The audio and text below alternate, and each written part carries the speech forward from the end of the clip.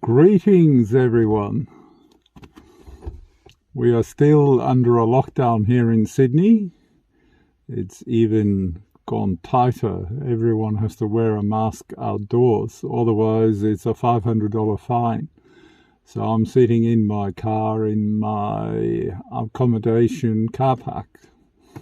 But anyway, today I was going to give you some tips. In this video, I'll talk about accessibility. Now, accessibility is in relation to how easy it is to access some of the attractions within Australia.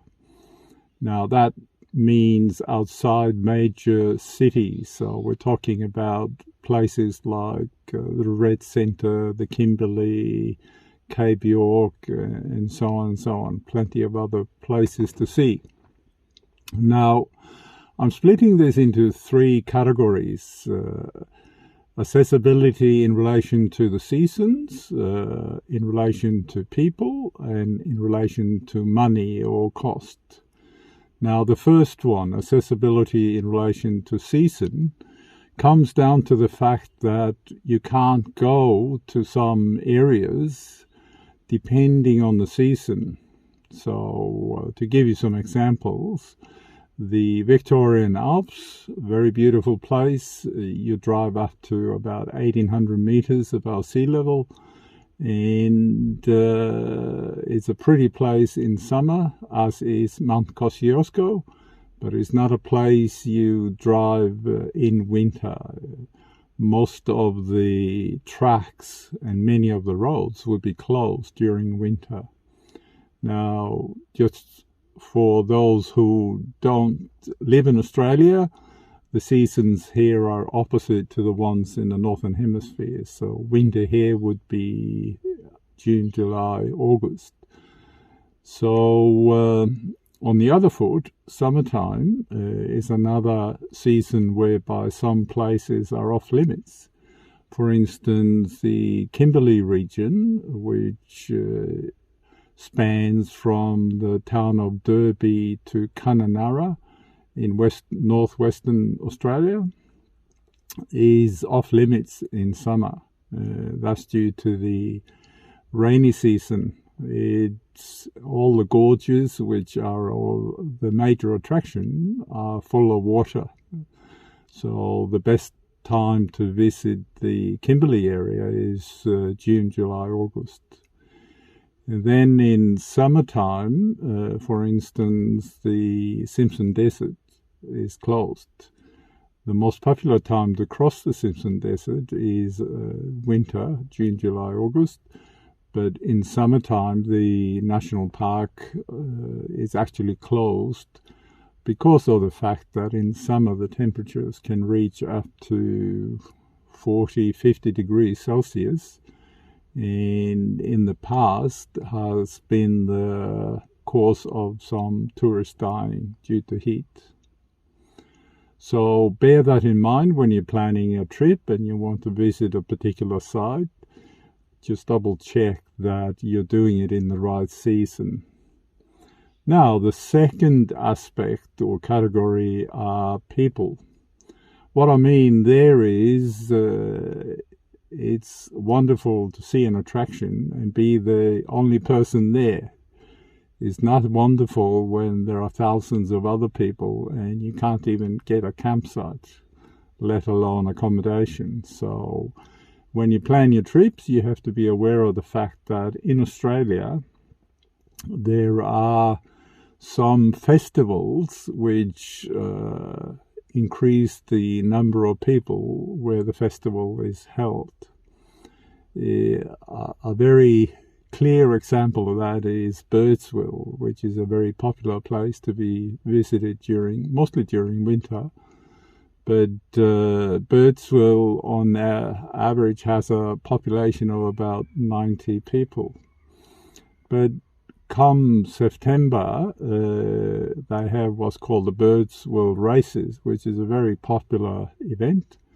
And you have around 10,000 people there. So if you're planning a trip, for instance, that covers passing through Birdsville, and you're not interested in the births or races, then yeah, that wouldn't be a smart thing to do, to arrive and realize there are 10,000 other people there. Trust me, you won't get a campsite or a caravan site or accommodation anywhere. So there are a number of places like that that have festivals that sometimes go over a long weekend, and sometimes they may run for a week. So just be aware of that.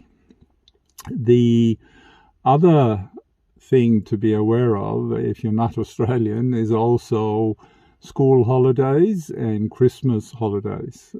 Christmas holidays is normally late December towards the end of January. That's when most Australians, if they can, that is, take their summer holidays. So that's what's called the peak period, and that's where you have hotel, motels, campsite, and just about everywhere heavily booked, and it will be more difficult to get sites, especially if you like to travel like we do. We sort of decide to go to some area and then feel free to go to a particular caravan park or campsite, and we don't have to book well in advance.